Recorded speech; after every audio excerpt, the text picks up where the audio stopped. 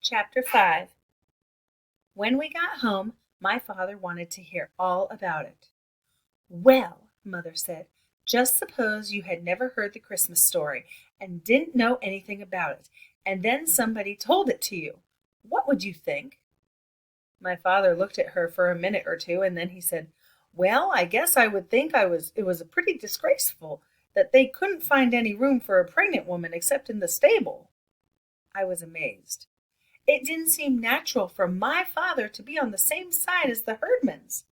But then it didn't seem natural for the herdmans to be on the right side of a thing.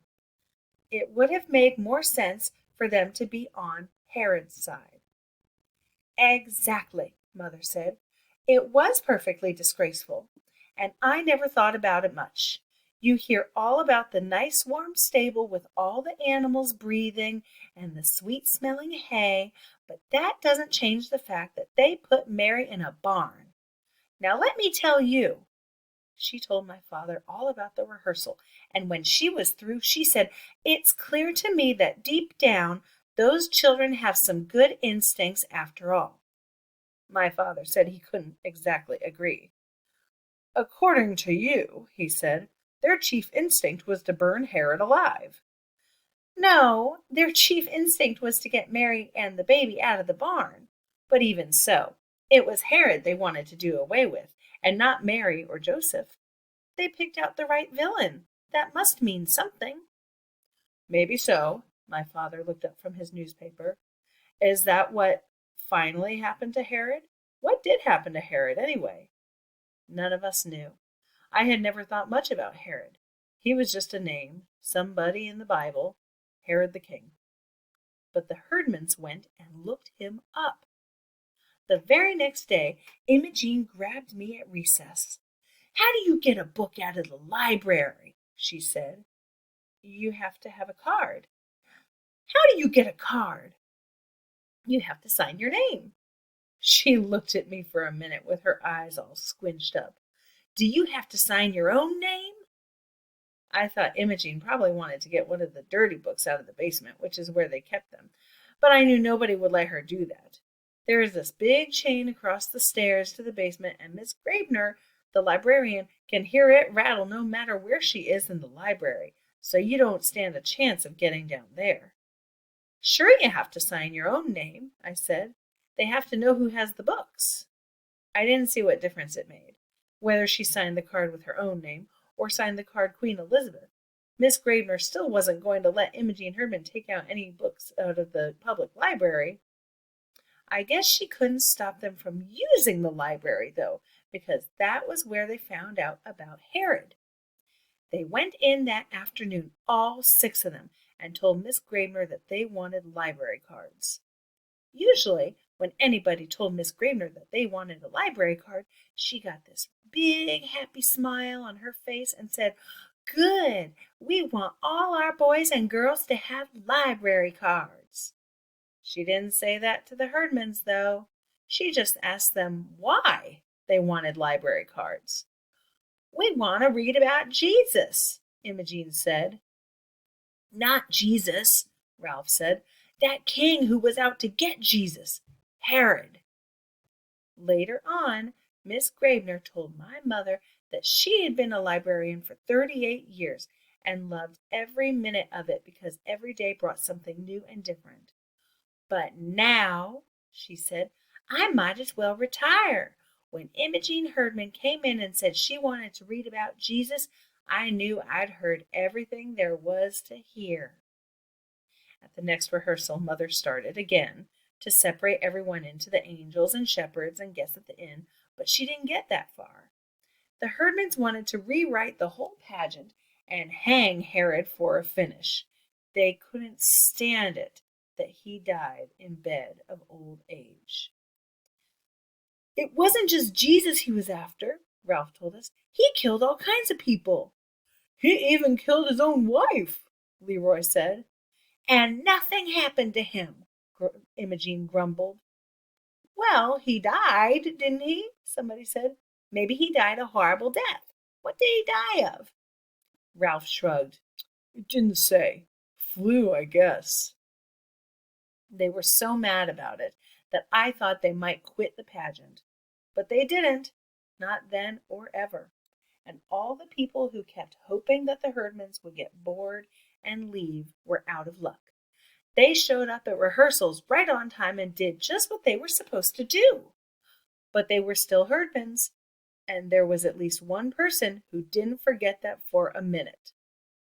One day I saw Alice Wendelkin writing something down on a little pad of paper and trying to hide it with her other hand.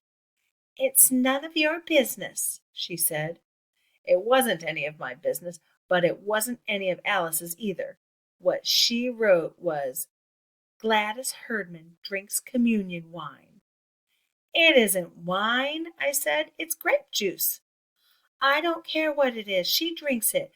I've seen her there 3 times with her mouth all purple. They steal crayons from the Sunday school cupboards, too. And if you shake the happy birthday bank in the kindergarten room, it doesn't make a sound. They stole all the pennies out of that." I was amazed at Alice. I would never think to go and shake the happy birthday bank. "And every time you go in the girls' room," she went on, "the whole air is blue, and Imogene Herdman is sitting there in the merry costume, smoking cigars."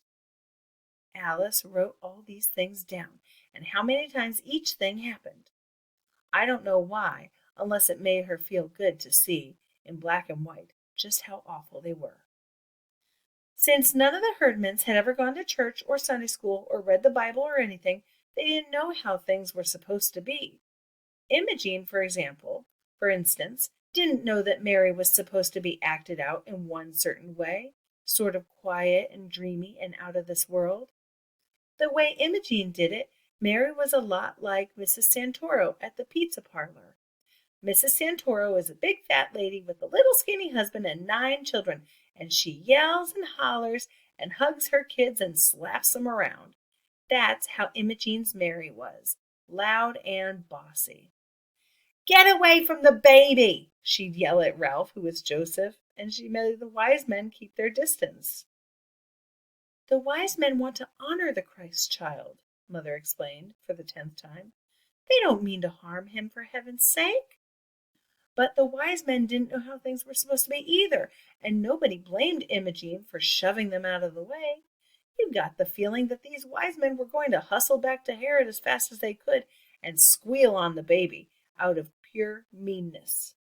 They thought about it, too. "What if we didn't go home another way?" Leroy demanded. Leroy was Melchior.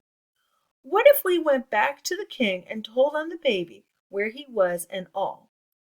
"He would murder Jesus," Ralph said. "Old Herod would murder him." "He would not." That was Imogene with fire in her eye. And since the Herdmans fought one another just as fast as they fought everybody else, Mother had to step in and settle everyone down. I thought about it later, though, and I decided that if Herod, a king, set out to murder Jesus, a carpenter's baby's son, he would surely find some way to do it. So when Leroy said, "What if we went back and told on the baby?" it gave you something to think about. No Jesus, ever. I don't know whether anybody else got this flash. Alice Wendelkin, for one, didn't. "I don't think it's very nice to talk about the baby Jesus being murdered," she said, stitching her lips together and looking sour. That was one more thing to write down on her pad of paper and one more thing to tell her mother about the Herdmans, besides the fact that they swore and smoked and stole and all. I think she kept hoping that they would do one great big sinful thing, and her mother would say, "Well, that's it," and get on the telephone and have them thrown out. Be sure and tell your mother that I can step right in and be Mary if I have to," she told me as we stood in the back row of the angel choir. "And if I'm Mary, we can get the Perkins baby for Jesus, but Mrs. Perkins won't let Imogene Herdman get her hands on him." The Perkins baby would have made a terrific Jesus, and Alice knew it. The way things stood, we didn't have any baby at all. And this really bothered my mother, because you couldn't very well have the best Christmas pageant in history without the chief character missing. We had lots of babies offered in the beginning. all the way from Eugene Sloper, who was so new he was still red, up to Junior Caudle, who was almost 4. His mother said he could scrunch up. But when all the mothers found out that the herdmans, they withdrew their babies. Mother had called everybody she knew, trying to scratch up a baby, but the closest she came was Bernice Watros, who kept foster babies all the time. I've got a darling little boy right here, Bernice told Mother. He's 3 months old and so good I hardly know that he's in the house. He'd be wonderful. Of course, he's Chinese. Does that matter? No, Mother said, it doesn't matter at all.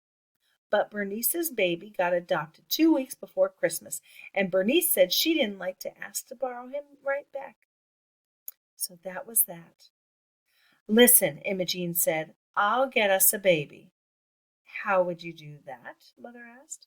I'll steal one, Imogene said. There's always 2 or 3 babies in carriages outside the A&P supermarket. Oh, Imogene, don't be ridiculous, Mother said. You can't just walk off with somebody's baby, you know. I doubt if Imogene did know that. She walked off with everything else. We just won't worry any more about a baby, Mother said. We'll use a baby doll. That'll be better anyway. Imogene looked pleased. A doll can't bite you, she pointed out, which just went to prove that herdmans started out mean right from the cradle.